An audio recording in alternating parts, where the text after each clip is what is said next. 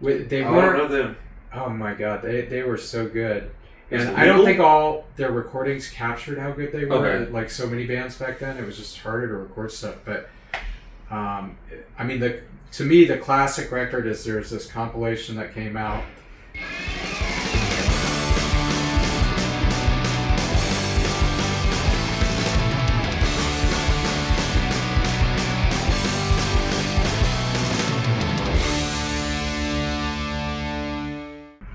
Are there any modern bands that you enjoy and that you can see yourself maybe going on tour or collaborating with at all?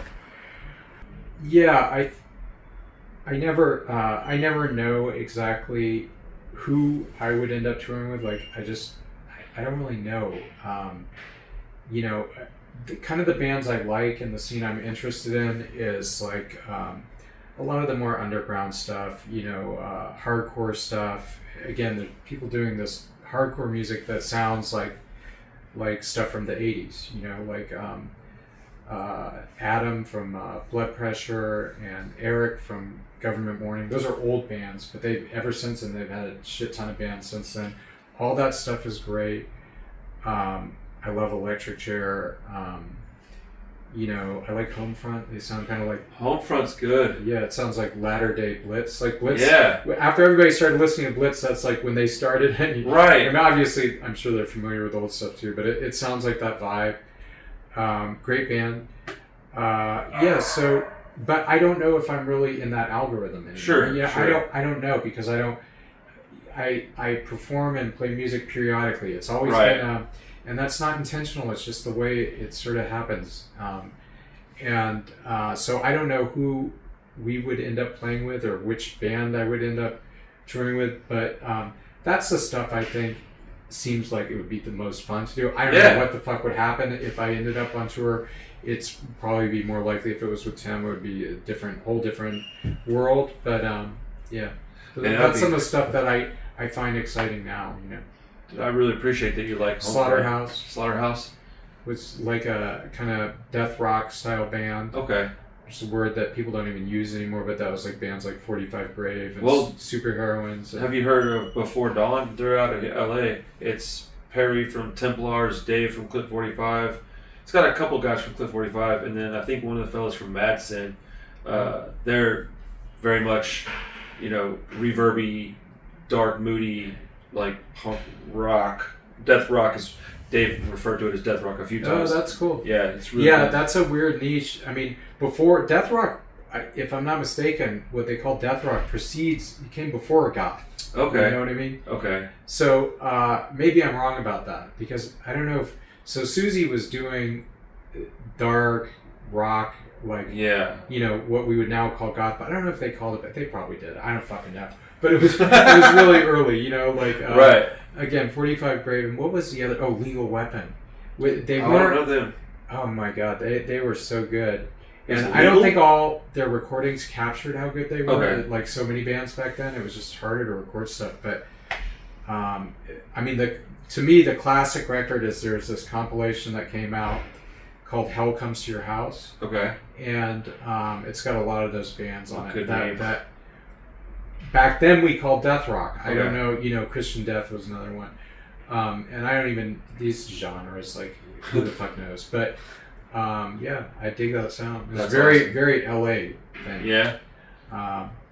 Yeah. So, and Bloodstain's another good one from around here. When I first heard it, it's like, it sounds like the Lost Boys. Like, it's got that, got that feeling. And you're like, yeah, totally. this would be cool in that movie. And you're like, that movie is how old? Or Near Dark, or what's that one called with the... Near Dark's the vampire movie with... Is it Near Dark or Before Dawn? No, Before Dawn's I don't know, it might be a movie too.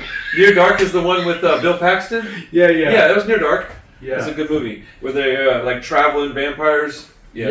That movie. That movie was like death rock. I think that movie's way better than Lost Boys.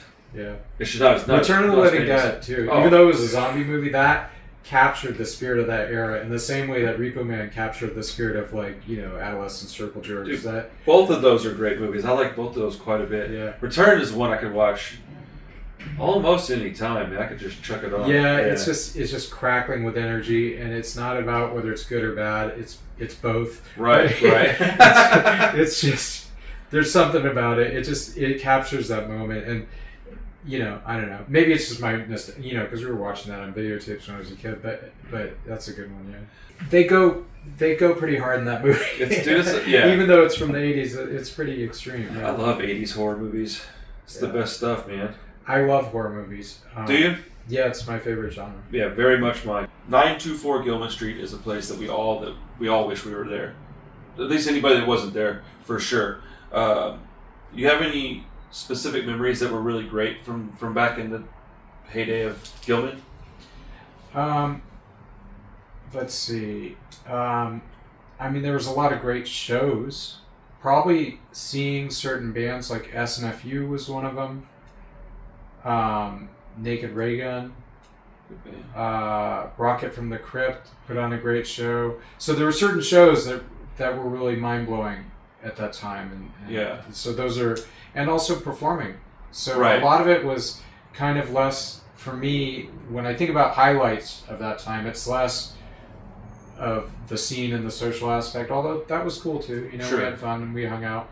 But really, some of the shows were really great, and some of the shows we played were just a vibe. It's funny whenever you think of these places, like these, CBGBs, Gilman. You think of them, and then you see a photo, and they're so different than what you imagine in your head. At least for me. I was looking at a photo of that recently, and was like, that's not what I thought that place would look like. It's kind of a low ceiling place, right? Or like one story building. Am I mistaken? No, it's actually the ceiling's pretty high. Okay. But there's some rafters that could make it look a little lower. Yeah, I always imagined it to be this big grand place. It's just like a regular club. It's not that big, but it's not super small either. It's bigger than CBGB's, that's for sure. Yeah, that place was real tiny though, because it was all stuck in the middle of a bunch of places. And New York's built different, just structurally.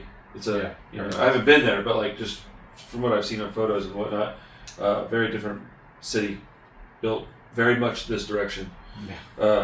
Yeah. Let's see. Oh, this is a really good question, actually. I was curious. Did you see the Catbite and Laura Jane Grace Operation Ivy set that they did? Yeah, I did. They were great. Man, it was awesome. I don't know if the word pleasantly surprised is the right word, but I was so just happy. Yes. That's great. Keyboard sounded great. The Catbite dudes are really good people. My daughter's first show, 8 years old, was a Catbite show. Oh, cool. Yeah, they're great. Sweet people. Laura's great. She killed it. Man, killed it, didn't she? Yeah, I might be out of a job. Dude, I was like, whoa. I watched it on the channel, and I remember just thinking, dang, if anybody could, convey the same energy, I didn't know that somebody could. Yeah. And I thought she did a really, she's got that grit. She's that vocal grit. She's very good, yeah. Yeah, top vocals for me. Probably top 5 all time, I would say. I love her vocals. Against Me is a very important band to me.